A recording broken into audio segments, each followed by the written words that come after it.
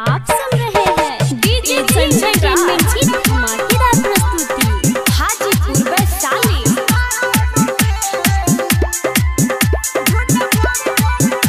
Mix by AG recording studio. अब की बार पार होई रखल ध्यान में हो, अब की बार पार होई रखल ध्यान में। झंडा फहरी पाकिस्तान में, झंडा फहरी पाकिस्तान में। केहू जे बोली तो गोली मारब कान में, हो केहू जे बोली तो गोली मारब कान में। झंडा फहरी पाकिस्तान में, झंडा फहरी पाकिस्तान में, झंडा फहरी पाकिस्तान में, झंडा फहरी पाकिस्तान में। आप सुन रहे हैं एजी एंटरटेनमेंट की धमाकेदार प्रस्तुति DJ Kanchan Raj Hajipur Vaishali. Mix by AG recording studio.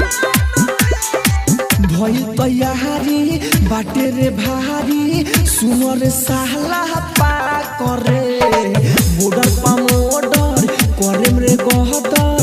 देश होई तो रखा करे, देश होई तो रखा करे, देश होई तो रखा करे। भइल तैयारी बाटे रे भारी, सुनो रे साला पा करे बॉर्डर पा मोडर करे रे गहदर।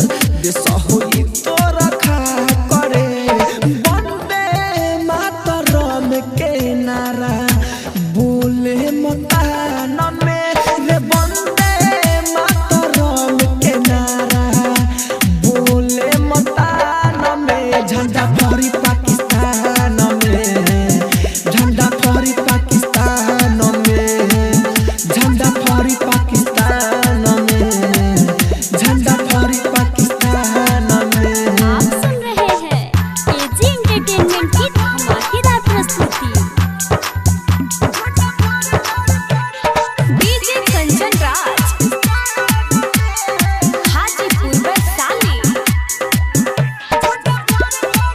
Mix by AG recording studio. Rahul राजधानी तिरंगा बहानी, सुनो नया पना हाथ हो।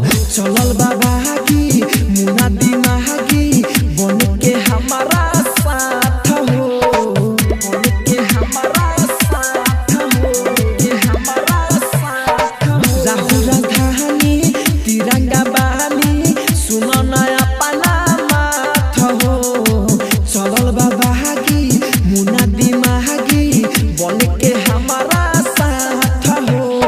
ओपरा का से राइफल ले ले बाड़े हो फान में, भारत के बसैले बाड़े दिल और जान में। झंडा फहरी पाकिस्तान में, झंडा